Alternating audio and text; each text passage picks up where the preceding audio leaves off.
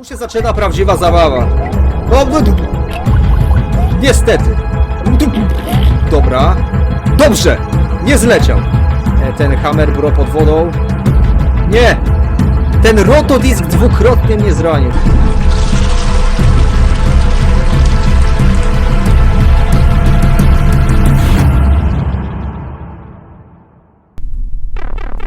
Siemanko moi drodzy, witam bardzo serdecznie na kolejnym nagraniu z Mario Forever. Jeszcze raz zerkamy sobie do Mario Forever Roman World, ponieważ te światy są naprawdę ciekawe i niemal za każdym razem stanowią swego rodzaju challenge. I będziemy dzisiaj grać świat 13. Jaka jest tematyka świata 13? Wodno-lądowa, można chyba powiedzieć, że jest to bagno, chociaż nie wiem, czy to jest właściwe stwierdzenie, ale mamy troszkę sekcji lądowych, mamy troszkę sekcji wodnych. Wydaje mi się, że tak pół na pół, jeśli chodzi o ten świat 13, będą te sekcje rozłożone. Na pewno będzie dużo odpływania w porównaniu z tymi światami, jeśli chodzi o rzymskie światy Mister Przemistrza. I mamy na początku etap, który jest bardzo rozbudowany. No przede wszystkim przesuwa się zarówno pionowo, jak i poziomo. To jest rzadkość, jeśli chodzi o Mario Forever. Ale mamy do czynienia z takim etapem na sam początek świata 13 i można dostrzec, że mamy bardzo dużo warstw, jeśli chodzi o ten poziom. Ile mamy obiektów, jeśli chodzi o tak zwany background. Sporo tego jest, muszę przyznać. Jest to bardzo, bardzo zaawansowane. Okej, udało się nacisnąć ten przełącznik i za chwilę będziemy musieli iść do niebieskiego switcha bodajże, chyba niebieskiego. No tutaj trzeba uważać, chociaż i tak Mario Forever jest tolerancyjny, jeśli chodzi o mechanikę topienia Mario. Może być dość nisko, a gra i tak nie będzie traktować, że on się utopił i stracił życie, więc pod tym względem akurat jest dobrze, jeśli chodzi o Mario Forever. Mówię, duża tolerancja, jeśli chodzi o potencjalny błąd. Okej, tutaj przeszliśmy. Okej, uważasz na rotodiski. One są wolne, ale dość nieprzyjemne. To jest jeden z tych rzadkich w sumie momentów, kiedy chyba wolne rotodiski są groźniejsze od rotodisków, które są dużo szybsze. Dobra, okej.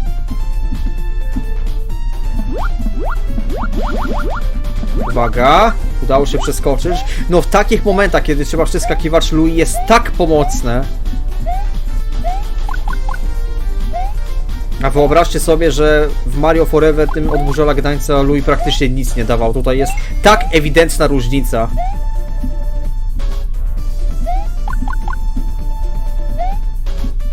Wyższe skoki, też lepsza kontrola Mario w locie i większa szansa też po prostu na jakieś uniki w trudnych sytuacjach.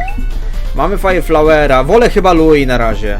Louis daje mi jakby możliwość dalszego unikania. Znaczy, dobra, Fire Flower daje mi oczywiście strzelanie, ale czuję się chyba na tyle dobrze, że ja nie muszę tego wszystkiego zabijać Fire Flowerem.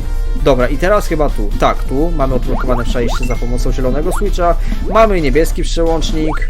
I mamy roślinkę, która strzela pod wodą. No jakim cudem ona strzela tak mocno, nie mam zielonego pojęcia. Ale ciężko się doszukać logiki w Mario. No zresztą w wielu takich platformówkach z 2D, no ciężko doszukiwać się takiej logiki właśnie, że jakaś roślinka strzela pod wodą, że strzela ognistymi pociskami pod wodą. To jest paradoksalne. No ale dobra, no nie czepiam się tego. No to są platformówki. I to mówi samo za siebie. Mamy checkpoint. Tego czerwonego przełącznika chyba nie musimy jeszcze raz naciskać. Nie ma to chyba żadnego znaczenia. Dobra. Mamy tu jednego Fire Bro, mamy gumbę i jeszcze jednego Fire Bro. Dobra. Czy biorę Fire Flowera? Biorę Fire Flowera, ponieważ tutaj mi strzelanie, a teraz będziemy wchodzić do sekcji już, no takiej stricte podwodnej. Czyli Louis raczej nie da rady. Louis nie ma chyba wpływu żadnego na mechanikę Mario, jeśli chodzi o pływanie. Chyba, że jest coś o czym nie wiem, ale wydaje mi się, że Louis jako power-up nie daje nic pod wodą. No chyba, że w takich momentach, kiedy to tak skacze, no to Louis jest bardzo przydatne, ale pod wodą stricte chyba nie.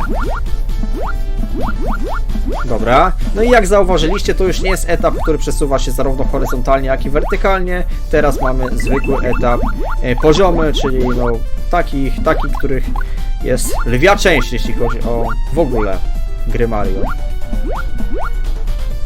Dobra, tutaj troszkę musieliśmy poczekać. Mamy roślinkę, która jest bardzo długa i z reguły nie lubię takich przeciwników, bo oni zajmują dużo czasu, ale Jest to o tyle fajnie rozwiązane w tym poziomie, że jestem w stanie jakoś cały czas reagować na to. Nie nudzę się. Ta roślinka wychodzi, ale nie nudzę się, ponieważ no są cały czas cip-cipy, które mogą mnie zabić, więc okej, no to jest akurat spoko.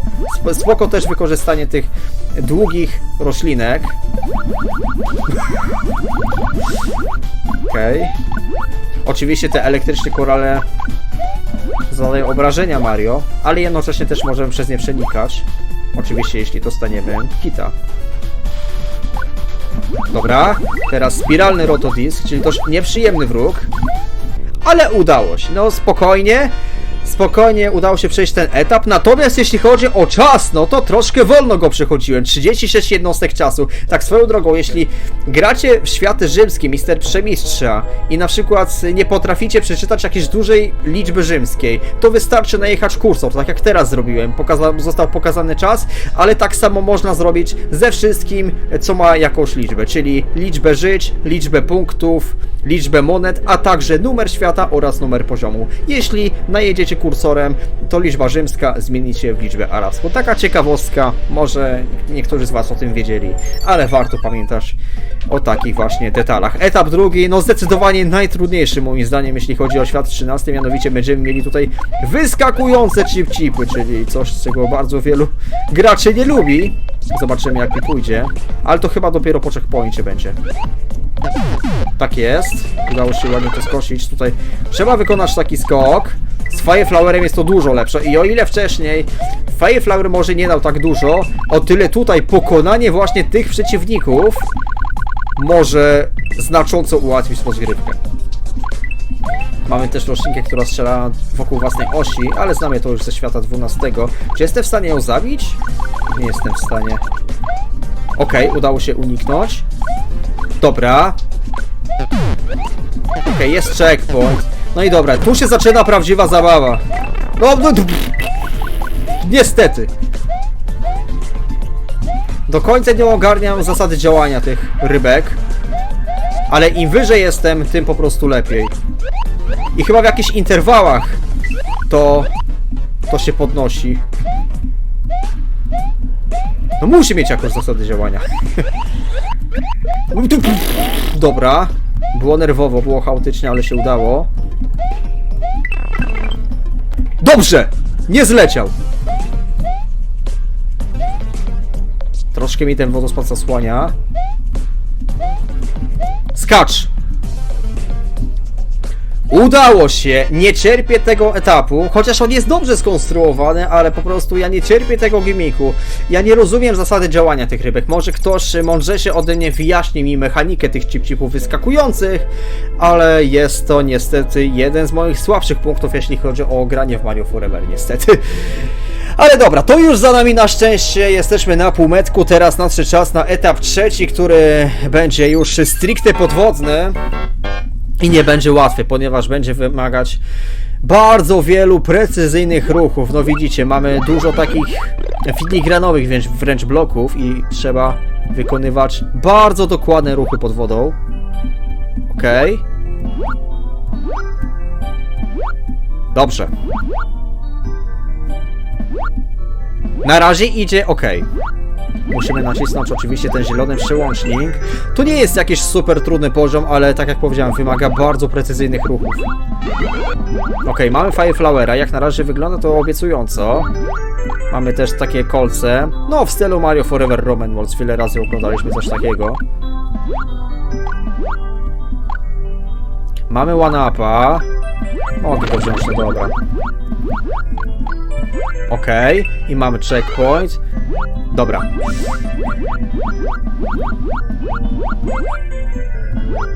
Co teraz mam zrobić? Tak? Dobra. Chyba tak jest ok. Udało się. Mamy Hammer Bro pod wodą. Może się wydawać, że to jest skandaliczny przeciwnik, ale niekoniecznie, ponieważ jak on płynie, to rzuca młotkami tylko w tę stronę, w którą płynie, więc to nie jest takie drastyczne. Natomiast widziałem chyba w Desert Wolf, w starym Mario Forever Remake, takich Hammer Bro, no klasycznych, zwykłych, którzy no byli potwornie trudnym przeciwnikiem, kompletnie niezbalansowanym, a tutaj no przynajmniej mamy o tyle ułatwienie, że ten Hammer Bro pod wodą Nie! Ten rotodisk dwukrotnie mnie zranił, szok. Natomiast jest ułatwienie w kontekście tego Hammer Bro, że trzeba tylko w tę stronę, w którą płynie. Dobra. Miałem bardzo dobrą sytuację, a niestety jestem małym Marianem. Czy jest tu jakieś power up? To jest ważne. Nie ma, ale chyba tu jest. Mamy dość szybkie rotodiski, ale jesteśmy w stanie tego uniknąć. Jest. Dobra. No ale ja... Nie mam pojęcia, jak ja mogę tamten moment z rotodiskiem tak zrąbać. Dobra. Teraz coś takiego, rotodisk zachowujący się w ten sposób. Dobra, żeby się nie utopić teraz. Nie utopiłem się, dobra, okej. Okej, na lewo są chyba jeszcze 2 życia, ale od razu pójdźmy do mety. Troszkę się obawiałem tego etapu, ale o ile przed checkpointem szło mi wyśmienicie, o tyle później, no niesamowicie zryłem ten moment z rotodiskiem. Nie sądziłem, że w ogóle tak da się zrobić, ale na szczęście jeszcze nie straciłem żadnego życia i mam nadzieję, że w etapie zamkowym również to się nie zmieni. Przed nami dość długi etap. Poziom, w którym będzie troszkę chodzenia po lądzie, troszkę będzie pływania. Okej. No ale przede wszystkim woda będzie zmieniać swoje położenie. Znaczy położenie, wysokość bardziej. I to jest chyba główny gimmick tego poziomu. Niepotrzebnie, to było spokojnie do uniknięcia. O, i mogę w ten sposób ominąć tego Hammer Bro. Tak mogę. Dobra. I tu jest power up. Okej, więc nic poważnego się jeszcze nie dzieje. Nie mogę tego zabić. Dobra, i tu się delikatnie podniosło. Co ja mam z tymi kolcami? Już drugi raz. Ajajaj, Krzychu.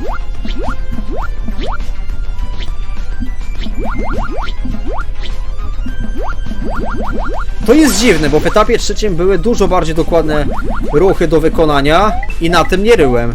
Natomiast w etapie zamkowym nie są potrzebne aż takie precyzyjne rzeczy. A niestety jest jak jest. Tu powinien być grzybek. I jest grzybek, dobra. Jeszcze raz poczekam. O. I tutaj musimy wykonać skok. Gracz myśli, co się dzieje, ale w ostatniej chwili podnosi się woda, więc wszystko jest tutaj ok. Uwaga. Dobra, udało się. Dobra. Trzeba iść na dół.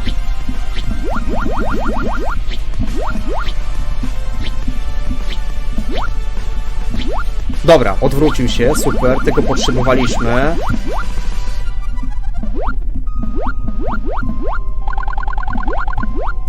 Dobra. Tutaj trzeba się mądrze ustawić. Tak. I bodajże przy rurze. Tak jest. Dobra, okej. Teraz moment z twąpami. Bardzo ciekawy. Mamy twąpy, które w różne kierunki będą spadać.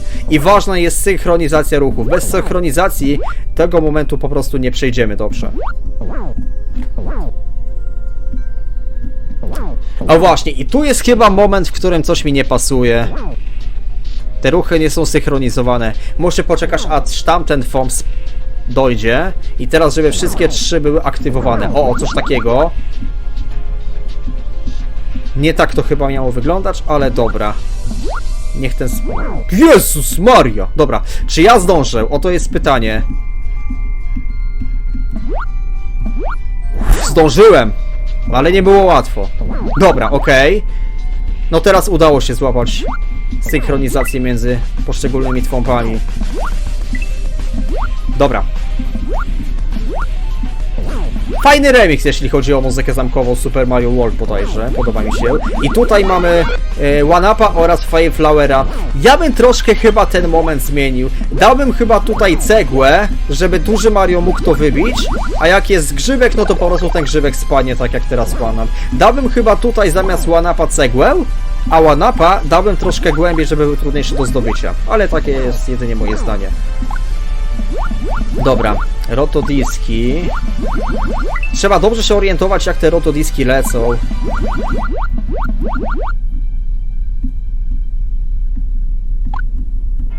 Okej.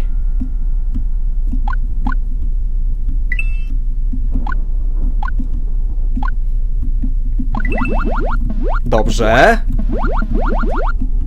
I tu jestem bezpieczny, okej. Nie, ale tu już nie. Tu już nie. W ostatniej chwili, dobra. Nie sądziłem, że ten rotodisk ma taki zasięg. Przeciwnik tuż przed walką z bossem. Louis. Dobra. Ten boss potrafi bugować niestety. Mam nadzieję, że nie będzie tutaj żadnego błędu i że pokonam go czysto. To jest bardzo specyficzna walka. Nie! Ała!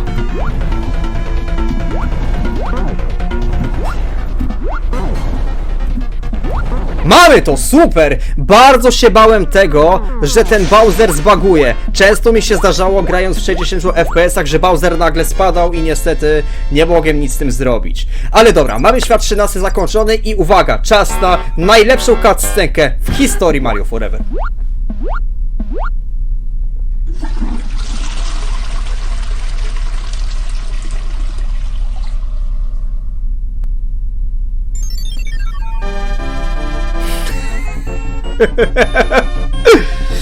Dla mnie to jest najlepsza cutscenka ever w Mario Forever, czyli zamek, który się utopi. Fantastyczny pomysł. Świat 13 ukończony takim bardzo miłym bardzo miłym szczególikiem. Było dużo trudnych momentów, kiedy mój los praktycznie wisiał na włosku, ale udało się przejść ten świat 13. No, tak jak mówię, na pewno trudny, wymagający, no tak jak Mario Forever, Roman World swoją drogą. No i mamy kolejny świat odmewniony. Bardzo dziękuję wam za oglądanie. Zachęcam rzecz jasna do pozostawienia łapki w górę na moim kanale oraz do zasubskrybowania kanału. Także na YouTubie. Pięknie dziękuję. Do zobaczenia w następnych filmach.